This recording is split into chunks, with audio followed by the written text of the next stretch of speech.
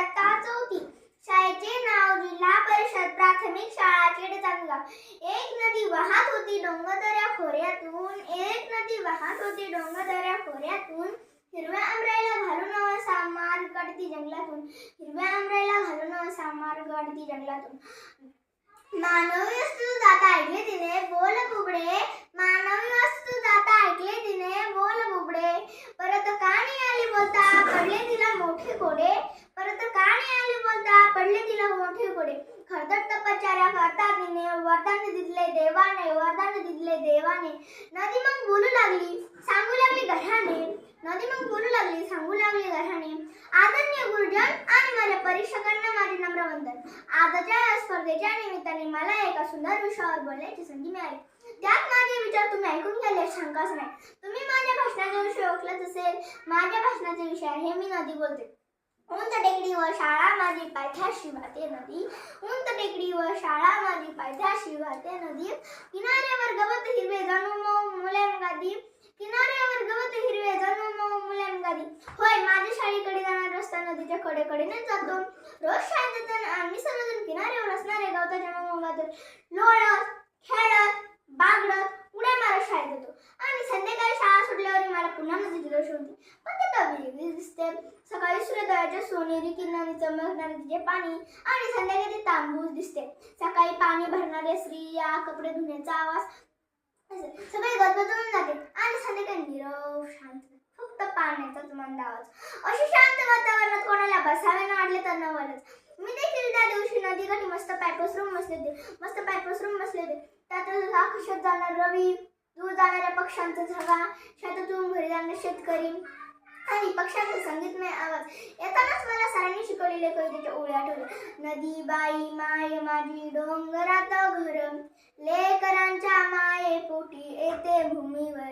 नदी by I माझी तिचे निळे निळे पाणी, मंद लहरीत वाहते ममतेची गाणी. खरंच नदी बोलते का, गाणे म्हणते का? तिला जर बोलता आले असते तर ती काय बरं माझ्याशी बोलली असती? असे अनेक प्रश्न मनात येत असताना मला कोणीतरी हाक मारली. मी इकडे तिकडे पाहिले पण तिथे कोणीच नव्हते. माझ्या मैत्रिणी थोडे दूरवर गप्पा मारत बसल्या होत्या. मी दुर्लक्ष केले. मला पुन्हा एकदा हाक ऐकू आली. मनस्वी, अगे मनस्वी, मी नदी बोलते. मग माझ्या लक्षात आले, अरेच्या नदीच माझ्याशी बोलते. ठिकाणी मी तिच्याशी बोलू लागली. नदी तू नेमकी येते तरी कुठे आणि जाते तरी कुठे? नदी सांगू लागली, फार लांबून येते. डोंगरदऱ्या कपरतून माझं उगम होतं. पाण्याचे लहान ओहळ एकत्र येऊन त्यांचा ओढा तयार होतो. असे अनेक ओढे एकत्र येऊन माझी निर्मिती होती. झाडापासून वाट काढत मी सकल भागात होते. सापट प्रदेशातून वाहताना माझे पात्र रुंद होते. माझा प्रवास समुद्र दिशेने सुरू होतो. माणसाला माझ्या पाण्याचा उपयोग होतो. पिण्यासाठी, स्वच्छतेसाठी, शेती कामासाठी, वीज निर्मितीसाठी. माझ्या पाण्याचा उपयोग करून माणसाने प्रगती केली आहे. मी माझी परोपकारी वृत्ती कधी सोडत नाही. पण माणूस मात्र हे सर्व विसरून मलाच त्रास देतो.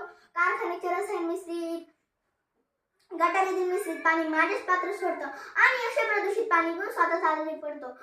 तो खूप जास्तीत जास्त प्लास्टिकचा वापर करत आहे. वापरलेले प्लास्टिक कचरा माझेच पात्रात टाकतो आणि अशा प्रदूषित पाण्यामुळे अनेक जलचरांना धोका निर्माण होत आहे. नदीचे म्हणणे ऐकून घेता मला टीव्हीवर पाहिलेल्या पुराच्या बातम्या आठवल्या. मी तिला थोड्या रागाने विचारले, तुझ्या पुराने तू किती लोकांना वाहून नेले? तू का केले असे? माझ्या प्रश्नावर नदी हसली आणि म्हणाली, याला ही कारणीभूत माणूसच आहे. त्याने माझ्या पात्रात भर टाकून अवैध बांधकामे केली. त्यामुळे माझे पात्र लहान झाले. माणसाची गणी पण नावे मला ठेवत. अशा वेळी मला बहिणाबाईच्या कवितेच्या ओळी आठवतात. मानसा मानसा तुझी नियत बेकार, तुझ्याहून बर गोठ्यातलं जनावर. मानसा मानसा कधी होशील माणूस.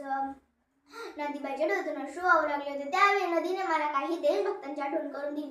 ती सांगत होती की कितीतरी देशभक्त मला स्वच्छ ठेवण्याचा प्रयत्न करत आहे आणि शासनाने अनेक योजना राबवून मला स्वच्छ ठेवण्याचा कार्यक्रम हाती घेतला आहे. नदी म्हणाली की प्लास्टिकचा वापर कमी करा, माझ्या पत्रात अवैध बांधकामे करू नका, झाडे लावा, झाडे जगवा.